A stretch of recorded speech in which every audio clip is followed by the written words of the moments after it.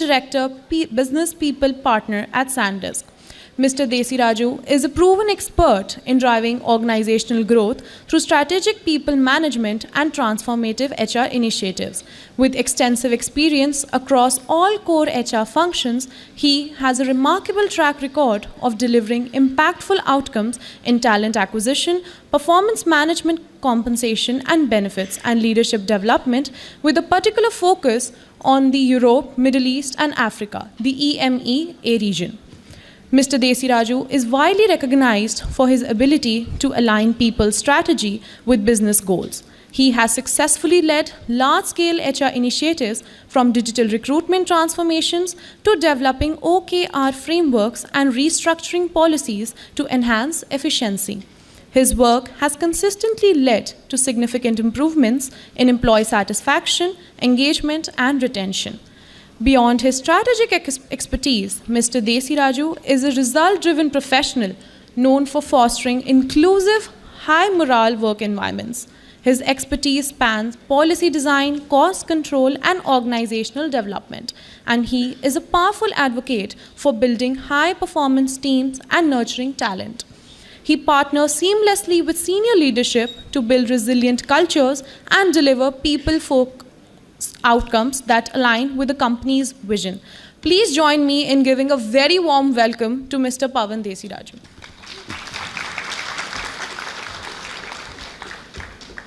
Vikram, we good to go? Good morning. Thank you for giving me your time. As much as you have come to hear me out, I'm here to learn from all of you. You are the Gen Zs in the making who are teaching us, the baby boomers, a lot. So that's where I thank the university, the Vice Chancellor, the faculty, the council members for giving me an opportunity to stand in front of you and share some of the thoughts which I have personally acquired based on my corporate journey, my own personal experiences, which I intend to kind of share this morning. But before I begin my conversation, I know your LinkedIn post says this is a masterclass. Okay, on my slide says student interaction. What's the basic fundamental principle of a masterclass? Any thoughts? Or interaction?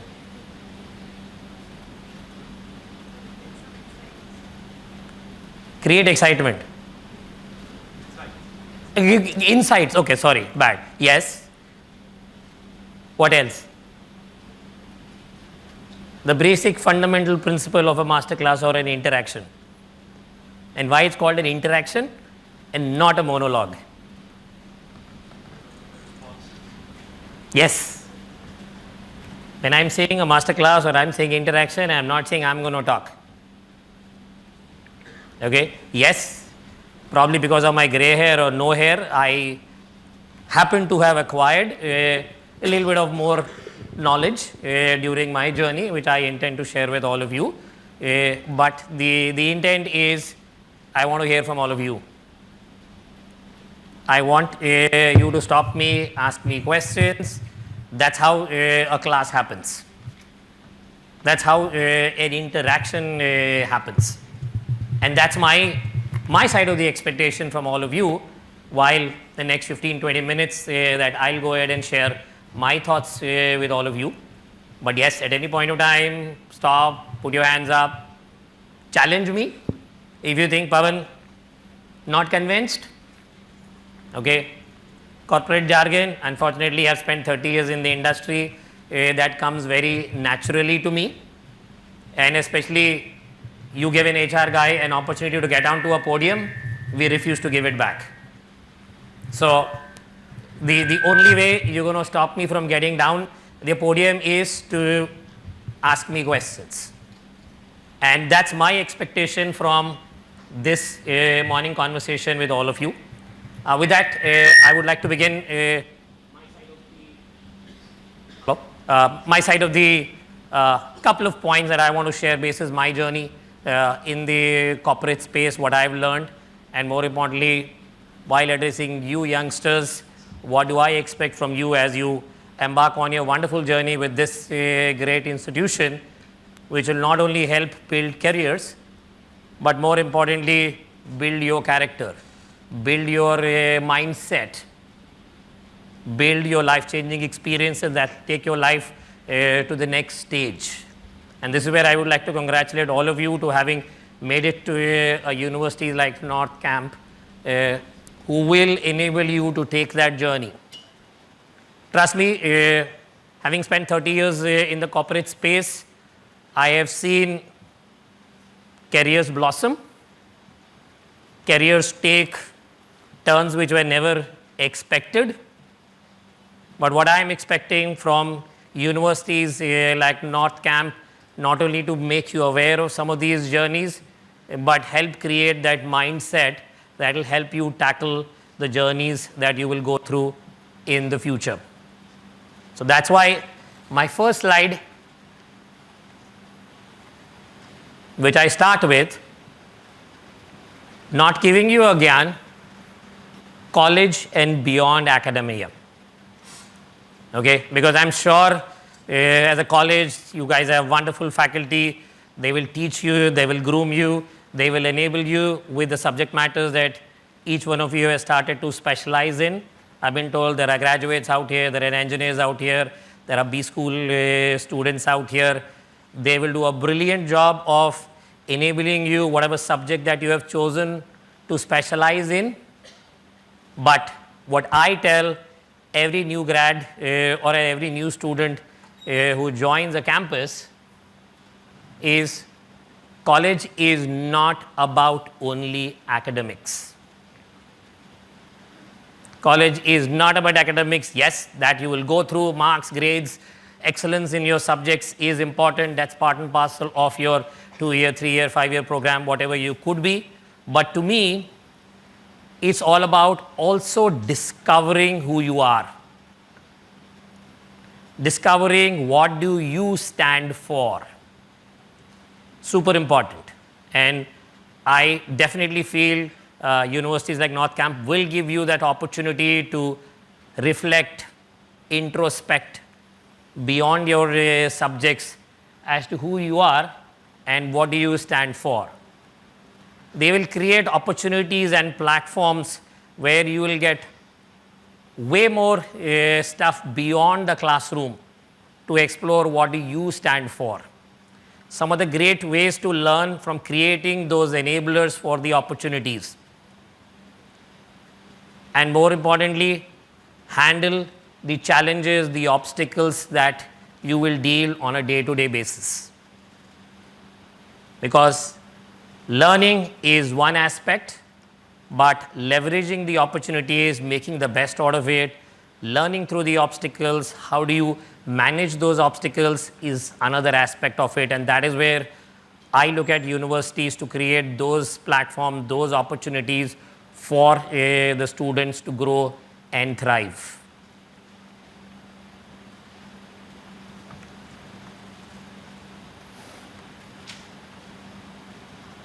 This is my personal belief is that, yes, there are textbooks, wonderful teachers that will take you through a great bit of experience in your classroom, but your best learning happens outside your classroom.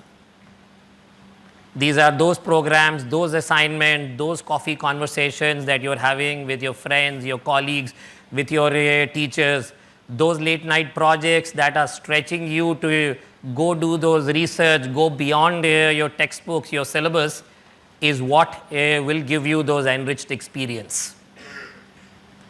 It is my belief that what will differentiate any one of you from any other student is the ability to go that extra mile. And that is where I start my whole conversation by saying, are you comfortable? And I want each one of you to think beyond the syllabus, beyond the classroom, go do things differently than what's prescribed in your classroom only.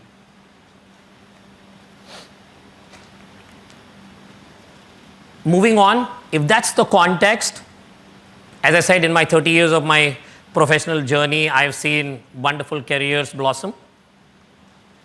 brilliant people who were stated to be successful, unfortunately, not becoming successful.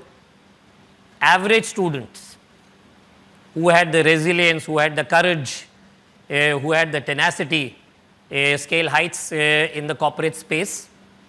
And I've kind of distilled that down to 4 or 5 tenets, according to me, which I feel differentiates an individual. And you all having started your journey as students becomes even more important as you do your journey within your college and step into whatever professional journeys that each one would aspire to become. And the first one that I start with is curiosity. This is probably, from the time and space that we are today, is the most important aspect. As we all know, world is changing at a way rapid pace than you and me can think. Back in 1996, when I started my career, the change was very different. Change had a pattern. Change could be predicted. But the world that you all and we all are living today is something that you can't predict the pace. Probably what you will learn today, by the time you hit your corporate spaces, could be obsolete. And hence, one currency that will hold you well is curiosity. It is your ability to ask questions. It is your curiosity to seek answers. That is one element which I want each one of you to imbibe, instill, which will take you places and ensure that you stay relevant. Because in today's world, staying relevant is the most important aspect. And the only way to stay relevant is, are you curious? Are you asking the right kind of questions? Are you seeking answers? And this is where, connecting to my first point, going beyond the syllabus. Picking up projects, picking up assignments which are not in your comfort zone. Super important.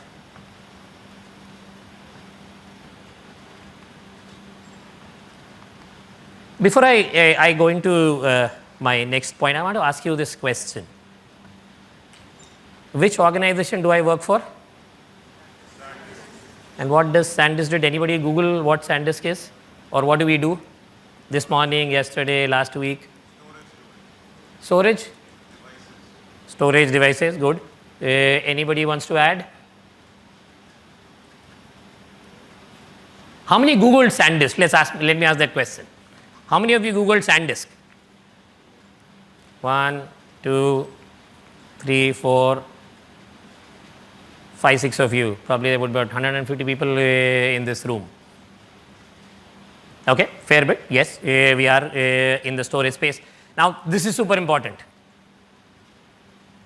Curiosity is super important. You all were walking to hear me. Fantastic. But did you do a bit of research on where do I come from? Either me or the organization I represent.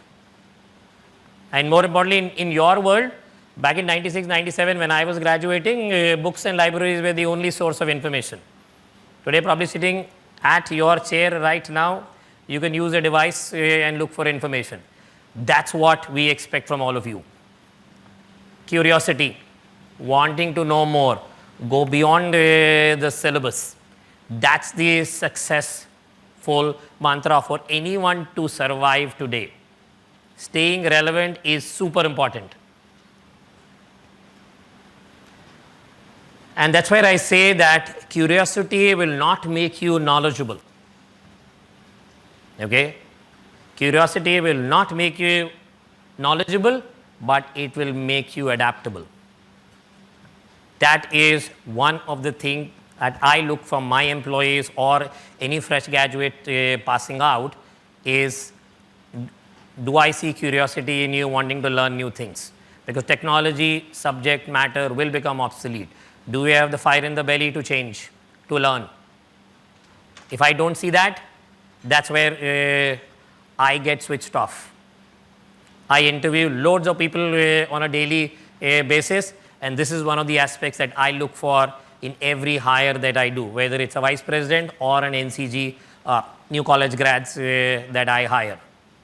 So this is my first takeaway and my first ask from each one of you, curiosity. Ever heard this line? Where and who and how? Yes. Steve Jobs said, stay hungry. Steve Jobs made it popular, let's say that. Stay hungry, stay foolish. It's super important. It is super important. Today, I have a lot of in my HR space, which I keep challenging them, saying, I want to see fire in the belly of every new grad that walks into my office or every employee walks into my office. I want to see that hunger. So that's why curiosity, my first takeaway from my personal journey. The next aspect which I want to talk about, as humans, we like our family, we like our friends, we want to surround ourselves with people that we associate with. You guys are starting your journey with a couple of hundred friends, colleagues with each one of you. I know college is a space where it builds that competitive spirit, which is important. But it's also important that you invest in your relationships with the people you're doing this journey with. Whether in the college or tomorrow, whatever professional career that you choose, please invest in building relationships with the members that you will work tomorrow or you're doing this journey in this college. I don't know, 5-10 years from now, there'll be a lot of CEOs, founders coming out of this bunch.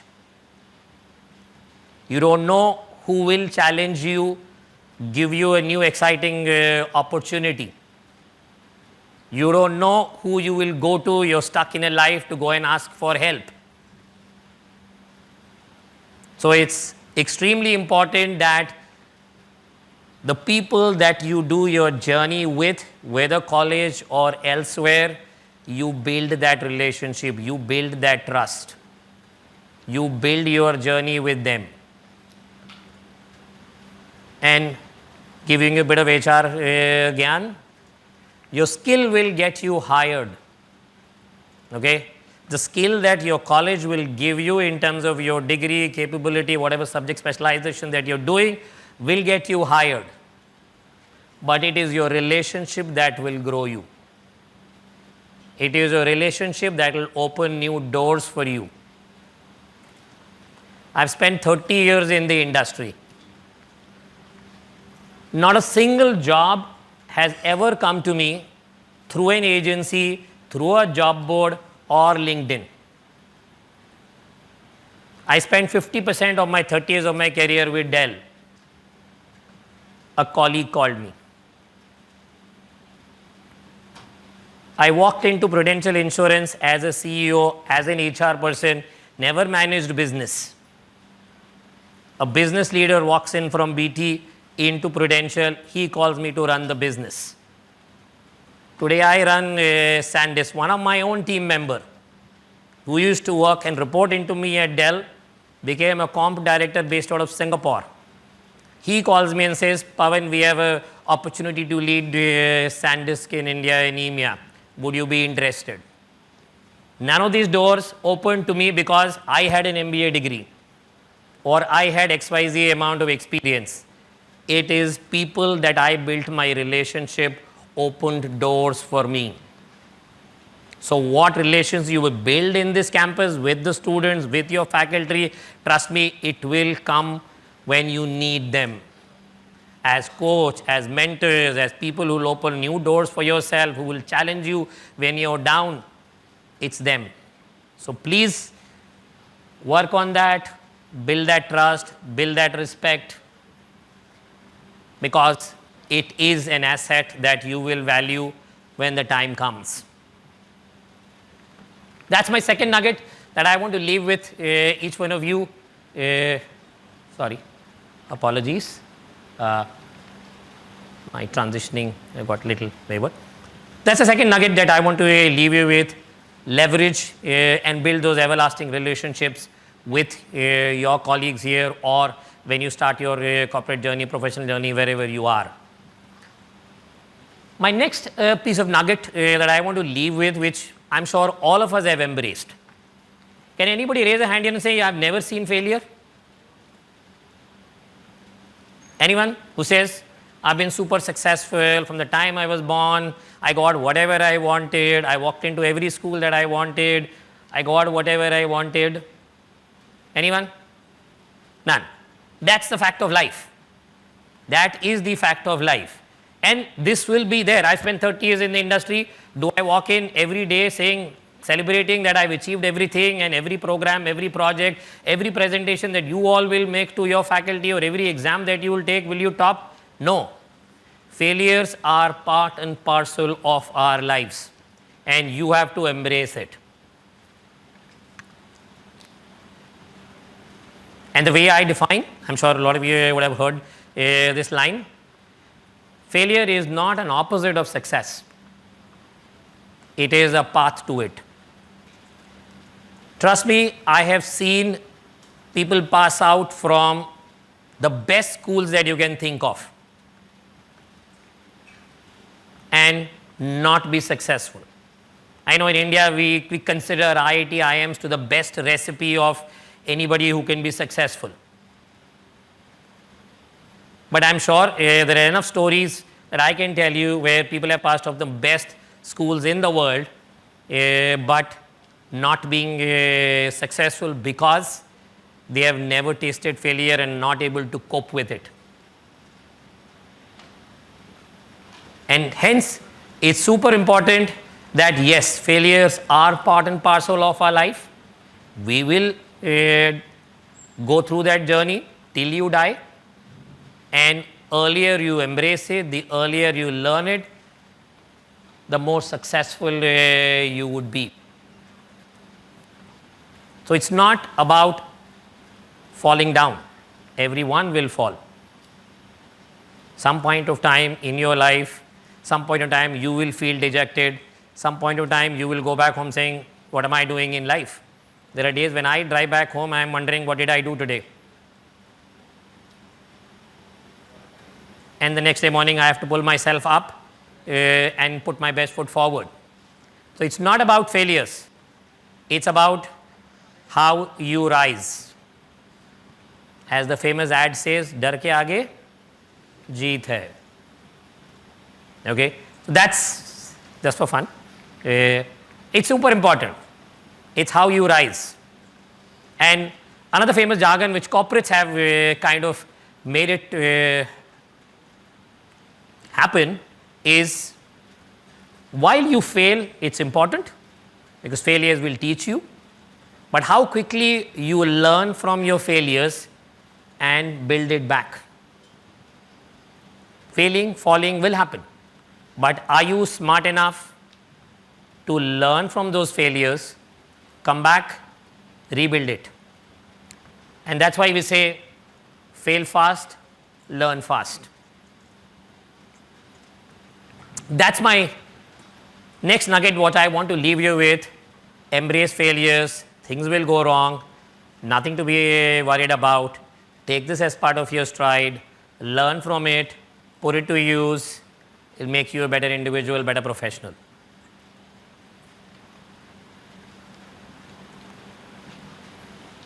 This honestly more relates to the Gen Zs. The generation of instant gratification. You want everything now fast. Okay, dopamine kicks in instantly. People understand what dopamine is, or we Gen Zs, only the millennial, whatever, the baby boomers understand dopamine. What's dopamine? It's a happiness hormone, yes. And good, bad, ugly, dopamine kicks in for you guys way faster than me. Because instant gratification is what you all look for. Whereas we baby boomer, dopamine stays with me for a longer time. because I'm contented with my life. Or I drive joy in extending my life, not having instant gratification. And in today's world where, everybody looks at your successes, are you a VP, are you a director, what are you running, what are you driving, how much you are earning, those unfortunately become the measure of success. People forget that success is also about what impact are you making, what are your values in life, what is the legacy that you want to leave behind. Today, once you pass this college, take a check. How many of your professors will remember you 10 years down the line when you give them a call? Or how many of your friends remember you saying, okay, that was this girl, that boy who did something phenomenal. And that will, trust me, that will not be because you scored 99% in some subject. It will be something that will stand out for the legacy or something that you brought to the table. And this is where I would want the new generation to focus is, yes, as much as chasing your dreams are important, stepping into what impact did I make in the space that I was in, whether it's college, tomorrow it could be professional world, what are my values? What are my personal values? What is the legacy that I'm leaving behind whenever I move on? Super important. Success can also be measured beyond the glitz and glamour.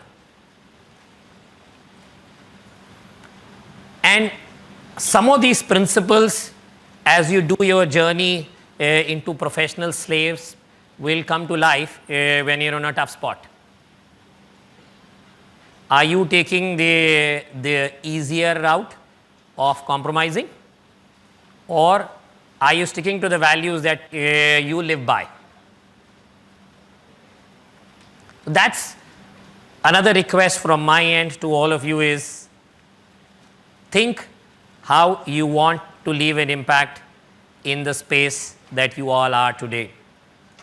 Is it you want to go chase a certain aspect, or look at the chasing beyond the glitz and glamour of the life, which could be titles, money, cars. So that's my next takeaway that I want to leave you all with. Another thing which is again linked to youngsters is, from an instant gratification standpoint, is also think long term. We tend to be wanting everything quick, fast, now. Here is my ask of each one of you is that when you start thinking, think a bit long term. I know where you are today from your immediate classroom perspective, it makes more sense. My grade, how am I excelling in my subjects, where am I standing in my classroom standpoint become important. Not denying that aspect, but when you start looking at a career in whichever profession that you go ahead and make, it's never a sprint. It is never a sprint. It is what we call a marathon. Sorry, my apologies. It is what we call a marathon. What is the duration of a marathon, or what is the full marathon? How many kilometers? Any idea? 40 or 42? 42. Okay, that's a full marathon. Anybody does marathon here? Runs? No? Okay. So that's a marathon. You can't run a 42 kilometers at the pace which you will do a 100-meter sprint in 10 seconds. You won't last. Marathon is about planning, conserving, and running at a constant pace for you to be able to complete a marathon. Imagine running for 2 hours, 3 hours, 4 hours at a constant pace. It takes a fair bit of practice. It takes a fair bit of grit. It takes a fair bit of resilience. That's what I would want you all to think in your professional journeys as you embark from this school as students and move forward, is when you plan things, think from a long-term perspective. It is never about a sprint. It's all about running a marathon, planning things well in advance, and working towards it.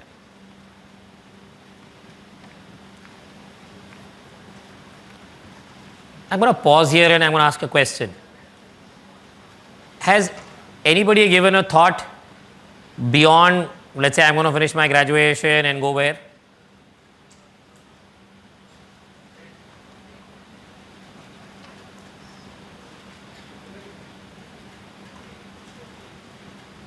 Team? Interaction? Has anybody given a thought saying, okay, I'll do my engineering and this is where I want to go, I'll do my MBA, this is where I want to go, I've done my graduation or post-graduation, this is where I want to go? Anybody has given any thought?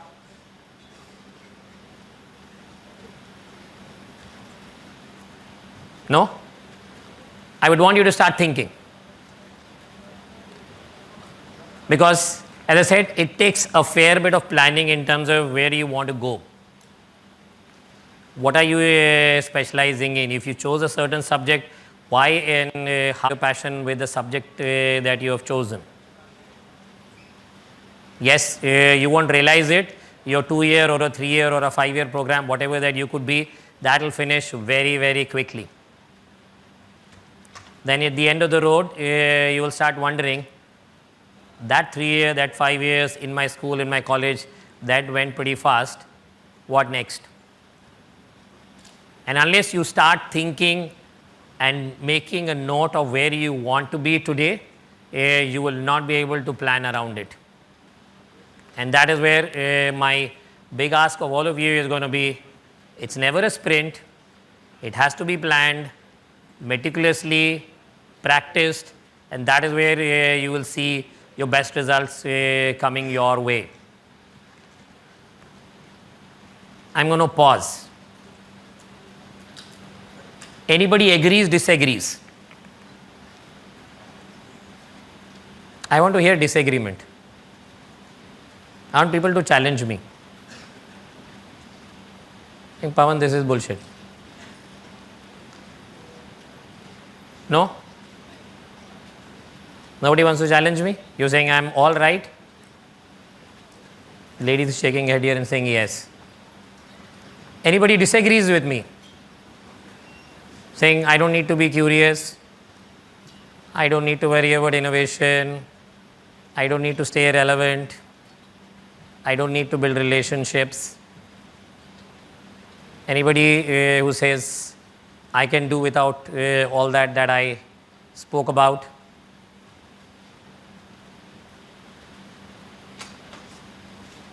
This is something I say in all my all hands in my company whenever I do, is we Asians don't ask questions. And I'm using consciously Asians because I have teams in Malaysia and China also. We Asians don't ask questions. And my first slide was ask questions. And I haven't seen the curiosity element yet from a brilliant bunch of people who have made it to a great university like North Cap. You want me to come for campus placements? I need to see the fire, which I haven't yet.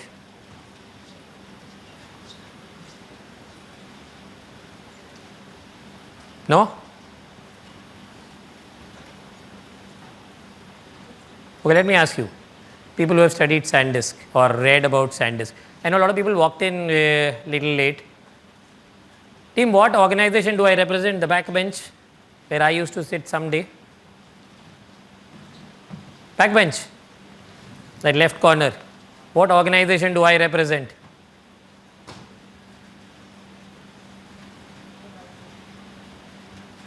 No? Any ideas? Okay, how many of you have LinkedIn account? There was a LinkedIn post by your college, yes or no? There were 2.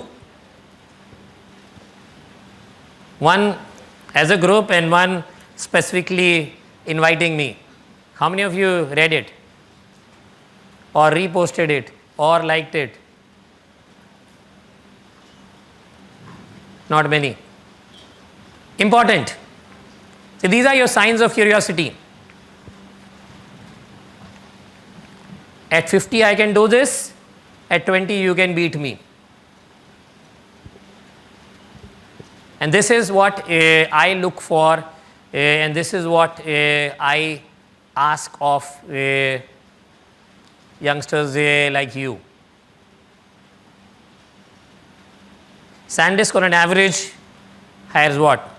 This year I am doing about 89 interns. I go to about 20, 25 top engineering schools.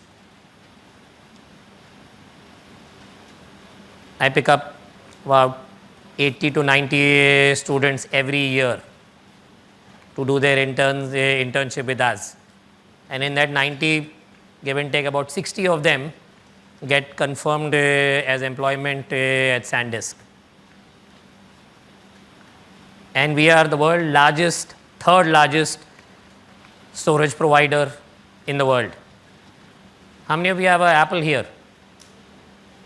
Device, whatever, phone, MacBook. The storage that you are using, that's Sandisk. Anybody has a Dell laptop or a Lenovo? The storage that you are using is Sandisk. We are the third largest storage company in the world. What we do in India is we design chips. How many of you have ever held a USB key? USB? People understand? I know your generation don't understand USB. It was my generation who invented it and used it. Okay, USB, good. Thank you very much. When the USB keys were invented, probably a 256 MB USB key would be this big. Now we have a 4 TB chip which is as big as my nail. So from a 256 MB, which was almost like 2 inch, 3 inch kind of a USB keys which we all grew up using to store our data, today a chip which is the size of my nail stores 4 TB data. That's the kind of innovation journey that world's into. And that's the kind of a world that all of you are stepping into.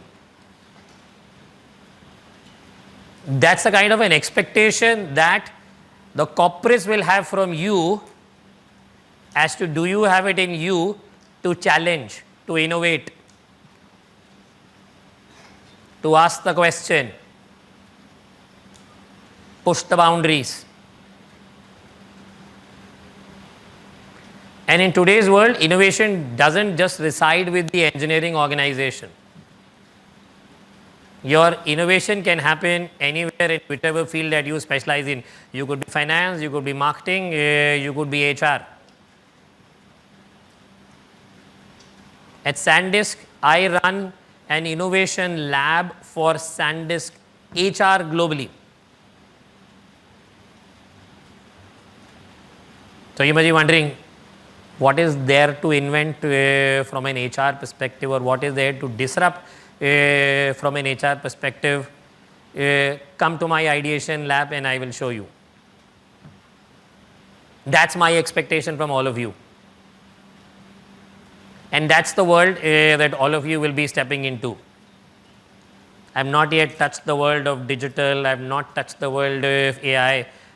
I'm sure loads of people would have come and given enough gyan about it, that AI is going to take your job, my job, and things like that. And the only way to stay relevant is innovate, change, stay relevant, upgrade your skills.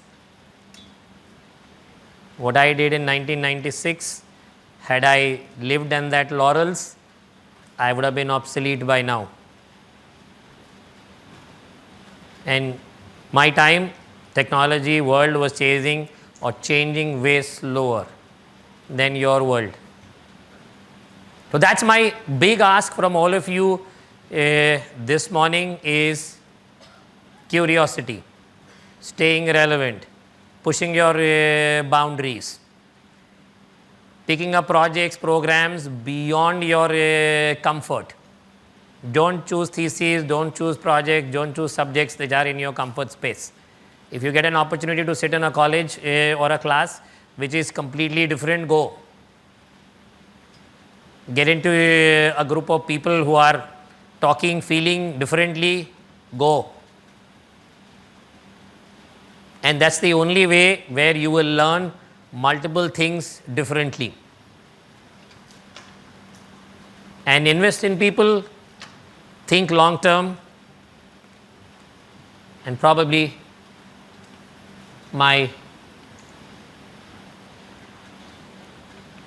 last slide for the day before I open it up to all of you. While I've talked about how you need to be working together, how you need to stay relevant, how you need to innovate, but it's also extremely important to note that each one of your journeys will be unique. No two journeys, all of you passing from the same school, probably with the same degrees, will be same. It will be unique. The differentiating factor would be how you've done your journey in your campus and beyond your campus. During your campus placements, why some of you will be placed much faster than others will be the differentiating factor. How are you uniquely different from the rest of the other team members or your colleagues that you have graduated with or working with? And when I do an induction for my new graduates, when they come on board, everybody starts with the same salary, same career level, everything. First year, there's 20% who raise a head. First year, 20% of the 60, 70 people that I join, they raise a head. Second year, in that 60 who join, 20% will get promoted to the next career level. And within 3 years, a guy who joins at 14 lakh rupees jumps to 30 lakh rupees. Average stays at 20.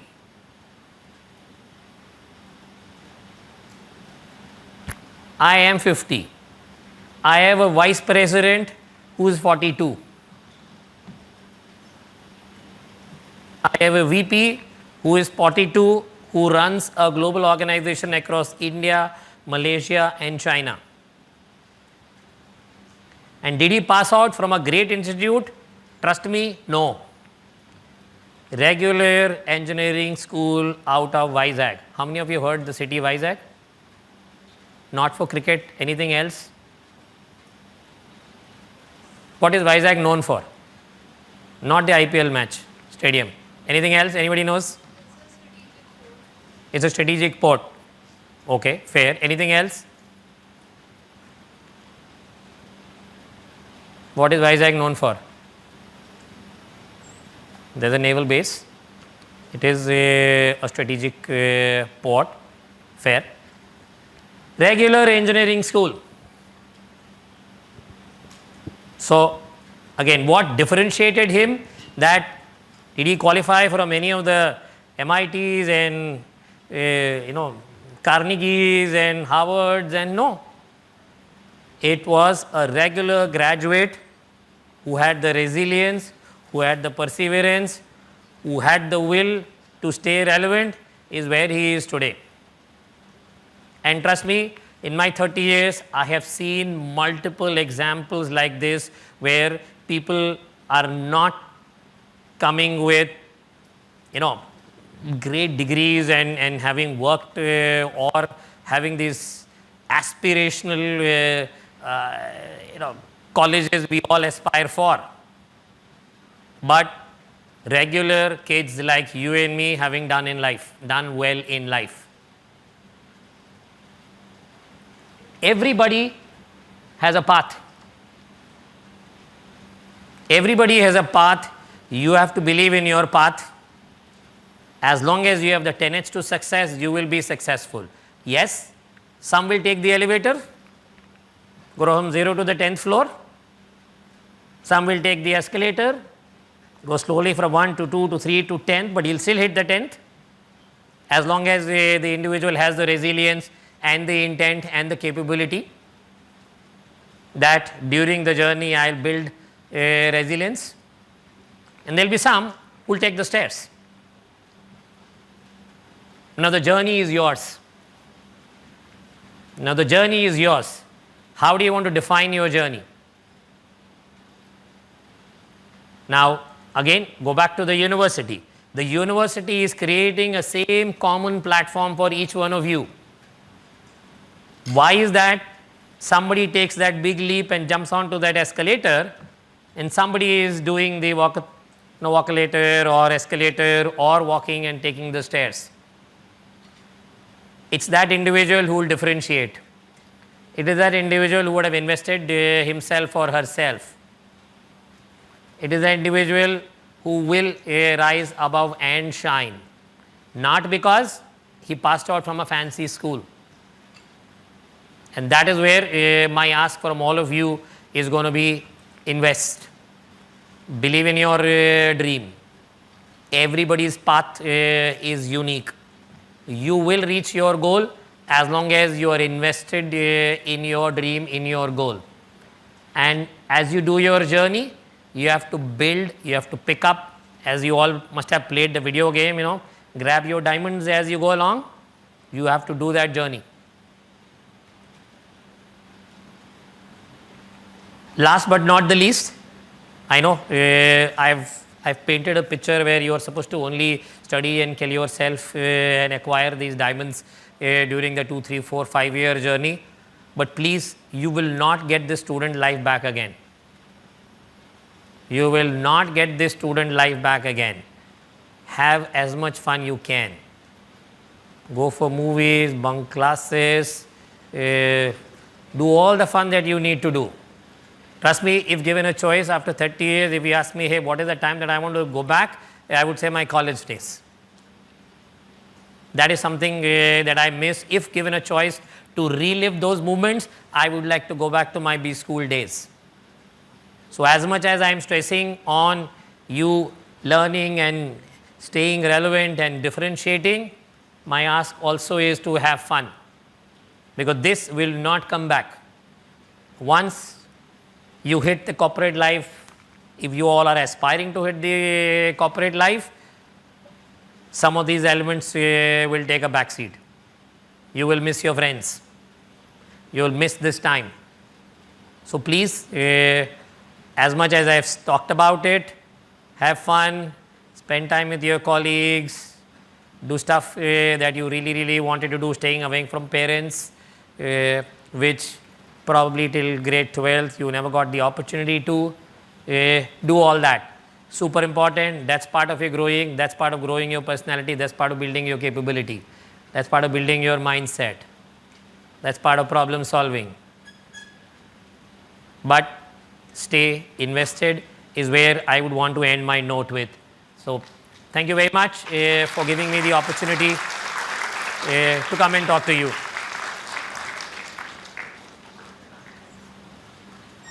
Now, any questions? Shoot. Wait, they can't hear you.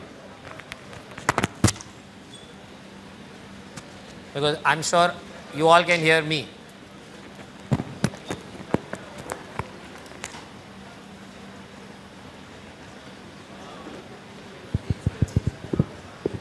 Thanks so much.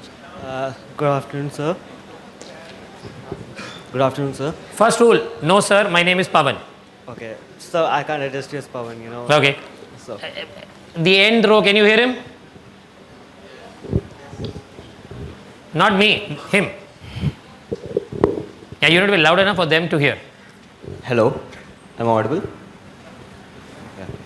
So, sir, as someone who's not that curious, and there must be someone here, some of us who are not that curious, what can you suggest as a way to develop that curiosity in us and to thrive in the business part? Fair question. Did everybody hear? He says, how do you stay curious in life? Okay. See, Yes, sir. curiosity you have to build. Okay. Now, curiosity can start with something that you are passionate about. I'm sure you must be passionate about something. Yes, sir. It could be sport, it could be music, it could be your subject. Yes, sir. Go explore that. Okay. Okay, if cricket is your passion, let's assume, which half of us are, how much do you know about cricket? Beyond what TV or whatever it is. I don't watch much Go cricket, explore. Or whatever you are passionate about. Okay, if you are passionate about, I don't know, humanities or science or whatever passion. So, mainly photography and. Okay, football. fantastic. Photography is a good space of creativity and curiosity. Yes, Go dwell deeper. Okay, sir. Okay, if that is what you're passionate about, yes, don't narrow yourself to saying, hey, photography is one, because again, any subject today can be gone to the depths. There's never saying, okay, I'm done and dusted. So build your sir. curiosity to starting with your own subject.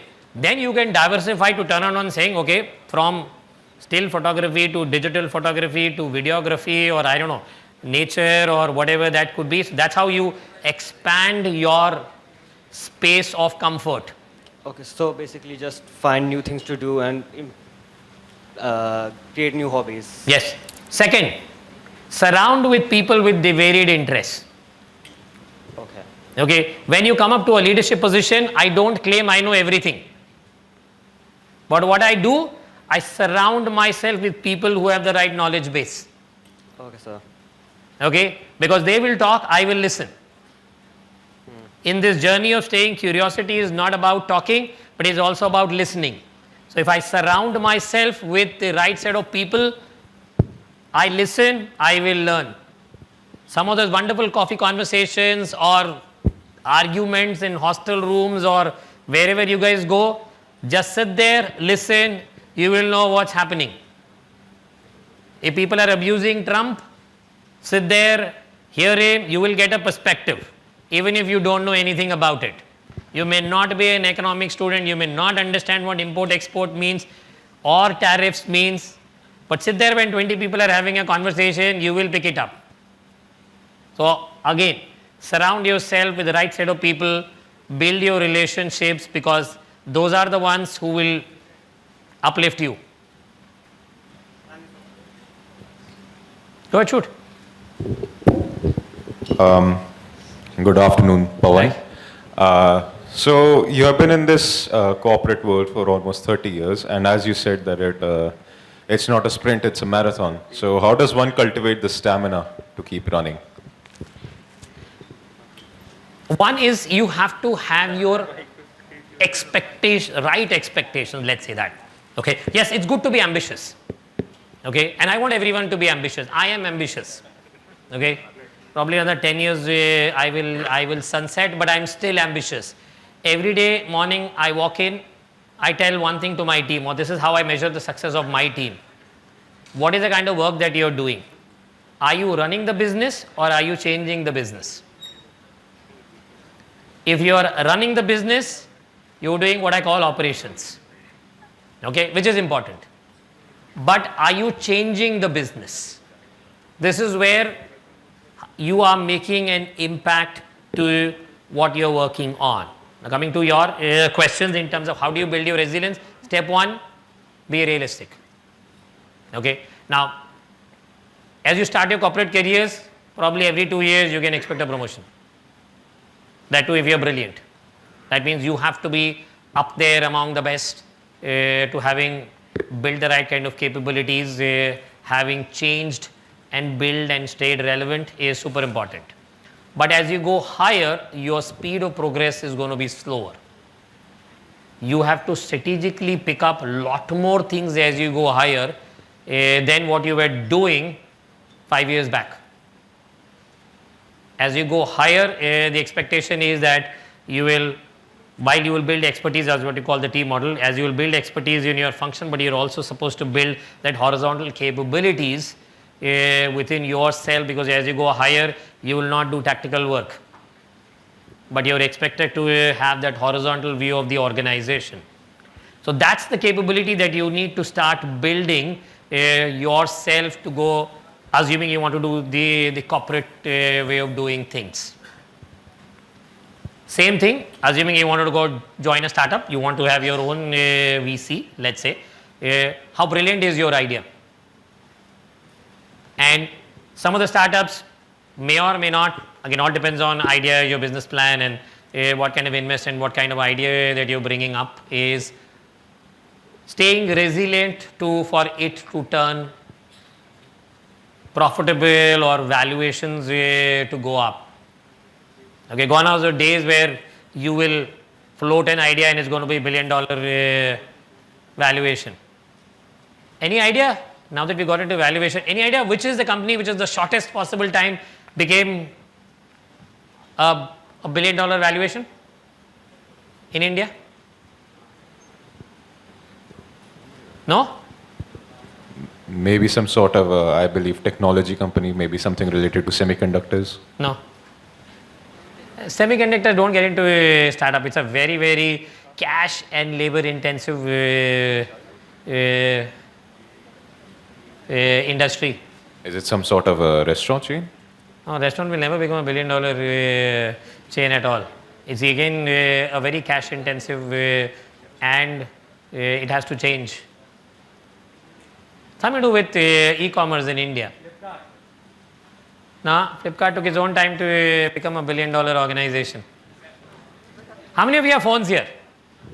Let's see how quickly you can search which is the fastest startup to become Groupon. No, Indian startup. Flipkart, no. Sorry, trading platform. Which one?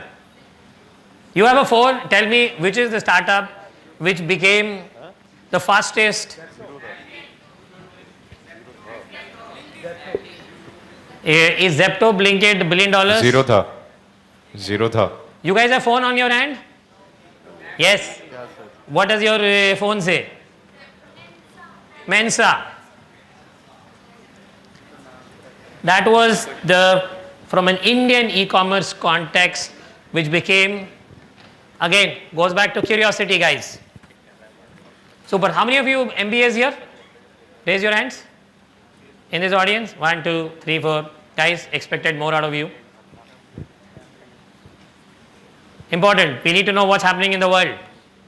If we are walking into a B school, irrespective of what specialization you could be. From an HR, that's expected. Imagine if you are specializing any other subject. That's the resilience that I'm talking, is you need to build your what's happening in the world. Actually, I have another question. So, I'm in BBA. This is my first semester, right? And as you said that usually base doesn't matter, what matters is resilience. But I have to say, I do disagree with you upon that, but base does matter a little bit. So when you go to, let's say some sort of institute and you're hiring, let's say, interns. So what do you look for them? What do you want their base to be? What is the ideal candidate?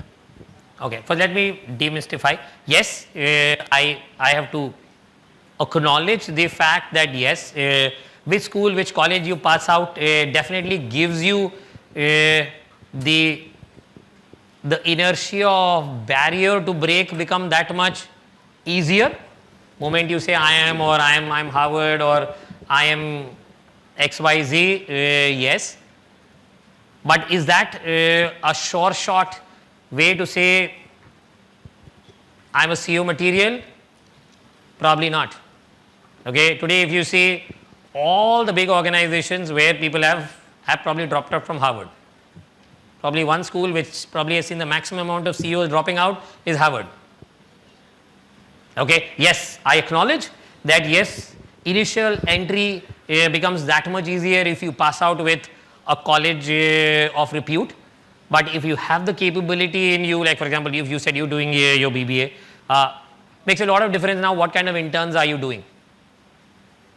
Okay, where are you doing interns? What kind of capabilities or what kind of programs, projects that you're going to be doing as you go along with your journey, finishing your BBM, and tomorrow if you want to go do your MBA and things like that. Okay, now where do you want to do your MBA from?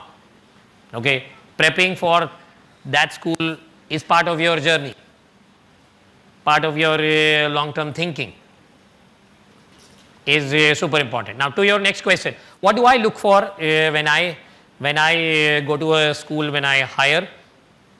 One is, which I kind of talked about up there, and which has been my belief all the while, is train for skills, and I purely hire people for attitude. Okay, that's the fire in the belly, that a very loose word I'm using, is what I want to look for in youngsters. Okay, do I see that fire in each one of you to saying, throw a problem at me, I'll figure my way out? Gone are my days where, figuring out a problem was, there was no tools available for us. Either I have to call my colleagues, my friends, you have the power in your hand. You probably sit on a chat GPT and throw a problem, and it will give you a full proposal. You want to do a startup, it will give you a proposal, it will tell you who can fund it and how do you want to launch it. That's the power that you all are living in. Are you leveraging it? And that's what I look for when I go to schools and colleges, is that, do I see that hunger? Do I see that fire? And that's my gut that I hire people on. Yes, I will teach you how to design a chip as long as you are in it in you. And as I said, like in Sandisk, it's not that we only go to IITs and RECs. We also go to tier 2, tier 3 engineering schools, and each one of them is doing a brilliant job. Brilliant job. And that was not a defining line saying only IITs or RECs are the space where innovation comes from. Hope I answered. And one thing also I want to add to it is, even in your college, you need to own your learnings. You need to own your learnings. You need to earn your career growth in the organization. Your faculty, when it comes, he or she will teach you exactly the same, all 20 of you. But what you want to learn, how much you want to learn, at what speed you want to learn, is up to you. As long as you own it, you drive it, you will succeed. And that will be your differentiator. And that's another piece that I look for when I go to campuses, saying, okay, what more did you do? Sorry, somebody was up there. Excuse me, sir. Good afternoon. My name is Tej Nanda, and I had a question. Basically, I was curious to learn from your experience about how did you build and deepen your relationship to an extent where you received a phone call to lead a business from one of your connections. Like, I know the basic tips, but what different did you do to get a phone call like that? Like any human relationship, one is you have to stay connected. Okay, one is you have to stay connected. Two, today you are amongst your own batch of 50, 100 friends that you would stay connected, because you don't know what path anyone would take. I don't know, 10 years from now, I could come back to this school. Some of you could be CEOs, VPs, directors in various institutes, or running your own startup, or running your own organizations, or you may have your own businesses today. Okay, and you don't know who can come back and offer you a job opportunity, or throw a challenge at you. Now, that's where invested in maintaining and nurturing that relationship is super important. You never give up anyone in your journey, school, college, corporate, any part of life. You wouldn't know who will come to your help for your next opportunity. And As I said, this individual who gave me my Sandisk responsibility, he used to work for me with my company when I used to work with Satyam. I was heading at that point of time the talent acquisition function for Dell. This individual was part of my team in Satyam. I hired him to join my team. He joined Dell, was with me for a very long time. He switched his career, went into Comp and Bin, part of his role enlargement and things like that. From Comp and Bin India, he moved to Singapore, part of his growth. I still stayed connected with this individual on a fairly regular basis. And when there was this opportunity, and then this was a listed opportunity on LinkedIn, okay, he pings me on WhatsApp saying, Pavan, we have this opportunity, your profile fits in well, would you be interested? That's how Sandisk happened to me. My job, in spite of having never run a business, from BT, one of my leaders moved into Prudential Insurance. He was the chief digital officer for Prudential Insurance globally. They were setting up an India hub. I used to lead British Telecom in India at that point in time from an HR perspective. He said, Pavan, it's a startup, 0 employees. Would you want to join? Okay. Now, 2 things that struck me. 1, after almost 20 plus years of career, running 11,000 people organization, should I take a plunge on going to a startup which has 0 employees? Okay. Not a single person reporting into me. I was running a 50 people organization at that point of time. Not a single person reporting into me. Everything had to be set up from scratch. I said, fantastic. One is I respected that individual, felt that, hey, here is an individual who will come on board and has the capability to set up this organization for me. And that happened is when I and that individual worked at BT, and I was able to show that credibility to that individual that yes, I have the capability of running a business end to end. And he saw that capability while we stayed connected. He almost dated me for a year and a half. Okay. Every weekend, he was based out of Singapore. Every month he will travel to India. He'll call me for a breakfast. Him and me will have chai, coffee, conversation. He says, Pavan, I'm in the process of setting up an India hub. I will come to you. Fantastic. Next month, hold, I'll come to you. Next month, hold, I'll come to you. Trust me, he dated me for almost an year plus before he said, yes, KPMG, McKinsey's have evaluated, submitted the report. We are opening up a center in Bangalore. He had faith and trust in me as much I had faith and trust in him. And he had faith and trust in my capability that yes, here is somebody who can walk in at 0 and grow an organization. And I grew the organization from 0 to 200 over COVID in an year and a half time span. So, staying in touch, nurturing that relationship, reaching out people of different kind of people to have a conversation to enrich your responsibility. I'll give you another example. My comp partner, when I was with Dell, he's right now at a partner level with Aon. Everybody know Aon Consulting? Heard the name before? Yes, no? Yes, okay. The teacher faculties are saying, I didn't hear it from the students. Aon is one of the world's largest consulting companies. He's a partner with that company. He used to work for me when I was at Dell as my comp partner. Dell posted me to Chennai. I used to run their manufacturing and I used to run their couple of other businesses. And my factory was 62 kilometers away.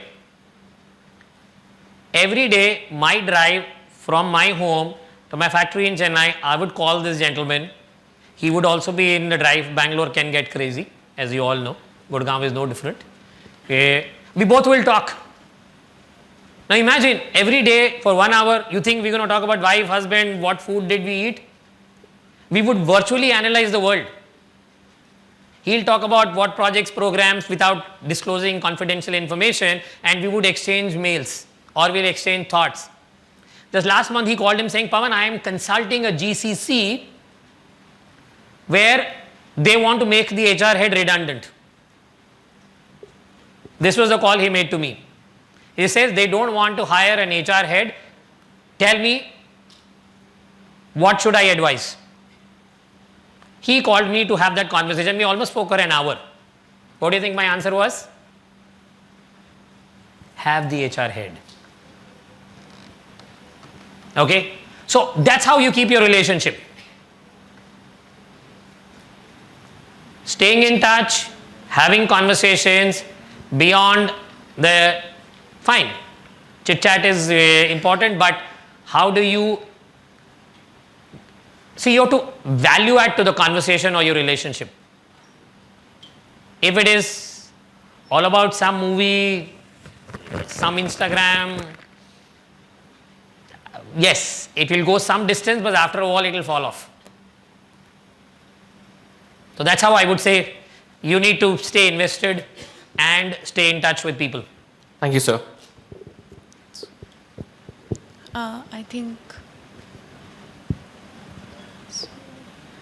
I think, sir, it's we should wrap it up. Okay. Yeah. There's one gentleman.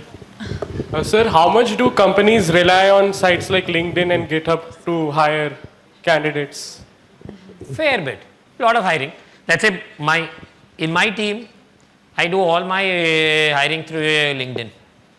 All my, let's say on an average, if I look at lateral hires, I do about 250 to 300 hires almost on an annum basis. All the hiring happens through a direct channel. I don't go through agencies. All through LinkedIn and boards. Okay, sir. Thank you. I think, okay, please. Last. Probably one last question. Yeah, I know there were last not too question. many ladies asking a question. Yeah.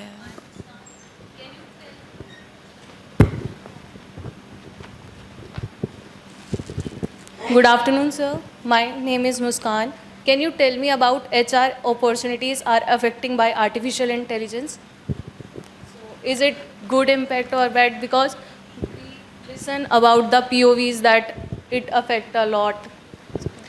See, every technology that comes by refines, drives operational efficiencies in what we do, and same thing with AI. Okay, when probably me and Vikram started our own respective careers, the roughly HR business partner to a business was almost 100:1. That was the ratio because the engagement was so much because it was all manual intensive work. But as the technology progressed, a lot of ERPs came in, a lot of analytics came in, and now AI is coming. Today, for my 11,000 people organization, we are barely about 100 odd HR people across the world, all functions. Okay. Now, has AI reduced these jobs?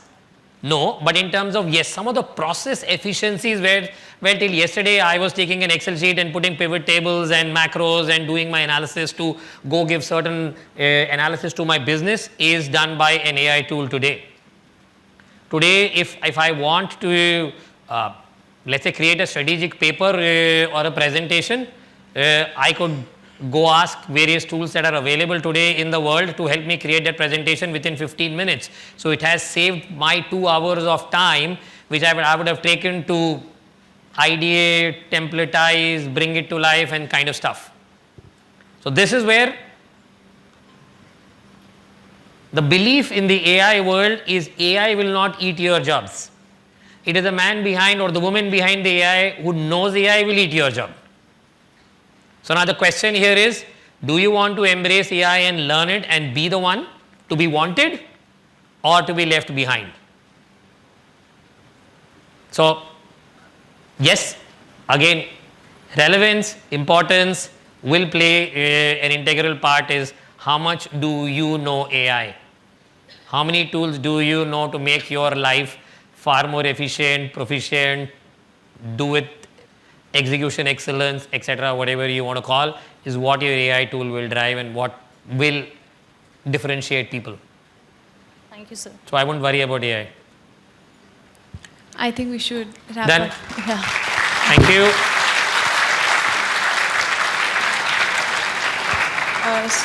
So on behalf of everyone here, I would extend a huge thank you to Mr. Pavan Desiraju. Thank you, sir, for that incredibly insightful and inspiring session. We are all leaving with a deeper understanding and some truly valuable takeaways that will benefit us in our personal and professional journeys. So thank you. And now I would like to request everyone to please join for a group photograph. And team, I'm available on LinkedIn. Anybody wants to ping me, please feel free. I go as Pavan Desiraju. Thank you very much. All the best. Acha, we go here.